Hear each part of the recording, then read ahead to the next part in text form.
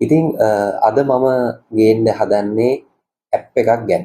ඒ කියන්නේ SLBFE එකයි SLT එකයි. SLT මොබිටෙල් එකයි එකතු වෙලා ඕගලන්ට රිලීස් කරලා තියෙනවා ඇප් එකක් ලංකා කනෙක්ට් කියලා. ඉතින් මේ ලංකා කනෙක්ට් කියන ඇප් එකෙන් වෙන්නේ විදේශගත වෙලා ඉන්න ඔයාට පුළුවන් ඔයාගේ තියෙන කම්ප්ලේන්ට්ස්. ඒ කියන්නේ ඔයාගේ ජොබ් එක සම්බන්ධව, ඔයා වැඩ කරන තැන සම්බන්ධව ඔයාට තියෙන කම්ප්ලේන්ට්ස් දාන්න පුළුවන් මේ ඇප් එකේ. ඒ කියන්නේ ඔය ඇප් එකේ ගිහිල්ලා කම්ප්ලේන් එකක් දැම්මම මේ කම්ප්ලේන් එක එකිනෙක ඒගොල්ලන් පරීක්ෂණ කරලා ඒකට ඕගලන්ට උත්තරයක් ලබා දෙනවා. ඉතින් ඒ විතරක් නෙමෙයි මේ ඇප් එක ඇතුලෙන් ඕගලන්ට මේ කම්ප්ලේන් එකේ ප්‍රෝග්‍රස් එක, ඒ කියන්නේ කම්ප්ලේන් එක දැම්මයින් පස්සේ දවසින් දවස ගිහිල්ලා බලන්න පුළුවන් මේකේ මොනවද වෙලා තියෙන්නේ. මේ ගැන හොයලා තියෙනවද එහෙම කියලා ඔයාලට බලන්නත් පුළුවන්. ඉතින් ගොඩක් අය මගේ TikTok account එකෙන් messages දාලා අහලා තිබ්බා මේ ඇප් එක ගැන පොඩ්ඩක් කියන්න, මේක කොහොමද දාගන්නේ කියලා දන්නේ නැහැ. ඒ වගේ ගොඩක් කට්ටිය කියලා තිබ්බා. ඉතින් මම හිතුවා මේක ගැන පොඩි පැහැදිලි කිරීමක් කරන්න. ඉතින් අද වීඩියෝ එකෙන් මම කියන්න යන්නේ මේ ඇප් එක ඩවුන්ලෝඩ් කරගන්නේ කොහොමද, ඉන්ස්ටෝල් කරගන්නේ කොහොමද, ඒ වගේම කම්ප්ලේන් එකක් දාගන්නේ කොහොමද කියලා තමයි. හරි, ඕගලන්ට මම ඩිස්ක්‍රිප්ෂන් එකේ දාලා තියෙනවා Play Store එකේ link එක. ඉතින් ඔයාලට පුළුවන් මේ link එකෙන් කෙලින්ම Play Store එකට ගිහිල්ලා මේ ඇප් එක ඩවුන්ලෝඩ් කරගන්න. එහෙමත් නැත්නම් ඔයාලට පුළුවන් මේ වගේ Play Store එකට ගිහිල්ලා type කරන්න ලංකා connect KONECT වෙන්න වගේ මේ විදිහට ලංකා කනෙක්ට් කියලා ටයිප් කරගන්න. ඊට පස්සේ සර්ච් කරාම ඕගලන්ට පෙන්නනවා ඇප් එක මෙන්න මේ විදිහට. ඉතින් මේක මම දැනට ඉන්ස්ටෝල් කරලා තියෙන්නේ. ඕගලන්ට පුළුවන් මෙතනින් ඉන්ස්ටෝල් කියලා දීලා ඉන්ස්ටෝල් කරගන්න. ඉතින් මම ඇප් එක ඕපන් කරගන්න. මේ ඇප් එකේ ඕගලන්ට පුළුවන් භාෂා තුනෙන්ම රෙජිස්ටර් වෙන්න. ඔයාට අවශ්‍ය කරන විදිහට ඔයාගේ භාෂාව මෙතනින් තෝරගන්න. මම දැනට ඉංග්‍රීසි කියලා තෝරනවා. create account කියලා යනවා. ඊළඟ මෙතන කරන්න තියෙන්නේ ඔයාගේ personal details ටික දෙන්න. ඉතින් මෙතන first name, last name, ඒ වගේම NIC number, passport number, ඒ වගේම ඔයාගේ mobile number එක, ඒ වගේ details ටිකක් ඉල්ලලා තියෙනවා. අපි ඉතින් මේ ටික දීගෙන යමු. හරි, ඉතින් මේ විදිහට මම මගේ details ටික දෙනවා මේකෙදි. ඉතින් මෙතන විශේෂයෙන් මතක තියාගන්න ඔයාගේ passport එකේ තියෙන විදිහට අනිවාර්යෙන් ඔයාගේ ඩීටේල්ස් ටික දෙන්න. ඒ කියන්නේ ඔයගොල්ලෝ වෙන රටක ඉඳලා මේක ෆිල් කරන්න නිසා පාස්පෝර්ට් එක තමයි ID එකට වැඩිය වැදගත් වෙන්නේ. ඒක නිසා ඔයාගේ පාස්පෝර්ට් එකේ තියෙන විදිහට ඔයාගේ ෆස්ට් නේම් එක, සෙකන්ඩ් නේම් එක, ඒ වගේම ඔයාගේ NIC නම්බර් එක, පාස්පෝර්ට් නම්බර් එක දීලා ඩීටේල්ස් ටික දෙන්න. එතකොට contact details කියන තැන ඔයගොල්ලන් අනිවාර්යෙන් ඔයගොල්ලන් දැනට ඉන්න රටේ ඔයගොල්ලන්ගේ අතේ තියෙන මොබයිල් නම්බර් එක දෙන්න. ඒ වගේම ඔයාගේ ඊමේල් ඇඩ්‍රස් එක ඔයාට ඇක්සස් තියෙන, ඒ කියන්නේ ඔයාට ලොග් වෙන්න පුළුවන් දැනට ඔයාගේ ෆෝන් එකේ හරි ලොග් වෙලා තියෙන ඊමේල් එක මම මේ විදිහට මගේ ඊමේල් ඇඩ්‍රස් එකක් දුන්නා. ඉතින් work country කියන තැන ඔයා දැනට ඉන්න රට. ඉතින් ඔයාට පුළුවන් ඔයාගේ රට select කරගන්න. මම ඉන්නේ ඔමාන් වල. ඉතින් මම මේ list එකෙන් පල්ලෙහාට ගිහිල්ලා ඔමාන් කියලා select කරගන්න. ඊට පස්සේ ඔයාගේ account and security මෙතනදී ඔයා මේ app එකට log වෙන details අහන්නේ. ඉතින් ඔයාට පුළුවන් මෙතන ඔයාගේ username එක මොනවා හරි ඔයා කැමති username එකක් දෙන්න පුළුවන්. ඉතින් මම මේ විදිහට මගේ channel එක දෙනවා. ඊට පස්සේ ඔයාට පුළුවන් password එකක් දෙන්න. මොනවා හරි මතක හිටින password එකක් දෙන්න. ඒක ලියලා තියාගන්න ඔයාට අමතක වෙන නිසා. ආයේ password එක ඉල්ලනවා. එකම password එක දෙපාරක් දෙන්න. ඉතින් මෙතනත් ඔයාට පුළුවන් ඔයාගේ NIC එක නැත්නම් passport එක number එක දෙන්න.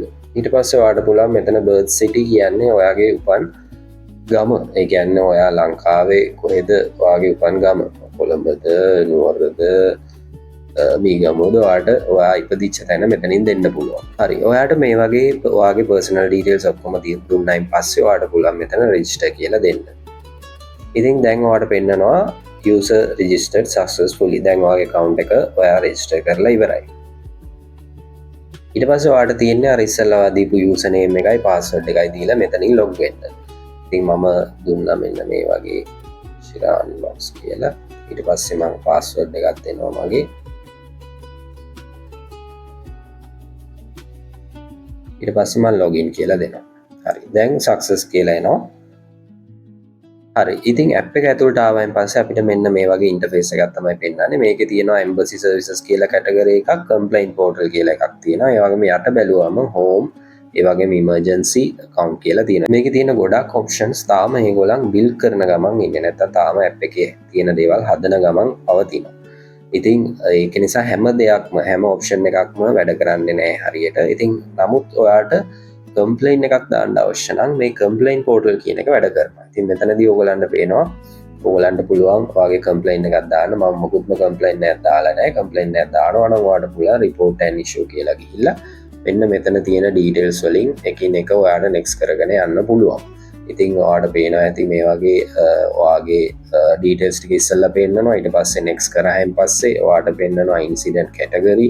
මොකද්ද ඔයාලට වෙච්ච කරදරේ, ඔයා ඉන්න රට නැත්නම් ඔයා වැඩ කරන තැන, ඒකේ ගොඩක් ඒවා තියෙනවා. එක එක categories ඔයාලට තෝරගන්න පුළුවන්.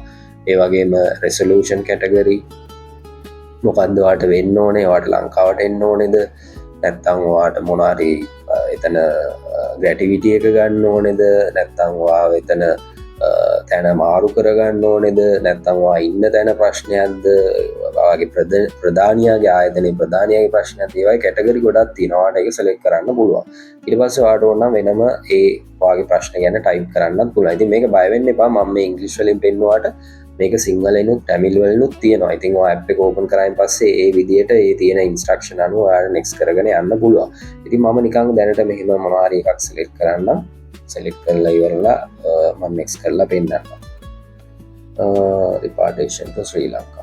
මෙතන මම මොකුත් දාන්නේ නැහැ. මම next කරන්න. හරි. ඉතින් මෙන්න මෙතනදී වාගෙන් අහනවා please upload photos, document or voice recording related to your grievance. හරි. දැන් මේක පැහැදිලිව තේරුම් ගන්න. මෙතනදී වාගෙන් අහන්නේ ඔයාගේ කම්ප්ලයින්ට් එක අදාළව. දැන් අපි හිතමු ඔයා ලෙඩ වෙලා ඉන්නවා ගෙදරක. ඔයාව බලන්නේ නැහැ කවුරු. ඒක තමයි ඔයාගේ ප්‍රශ්නේ.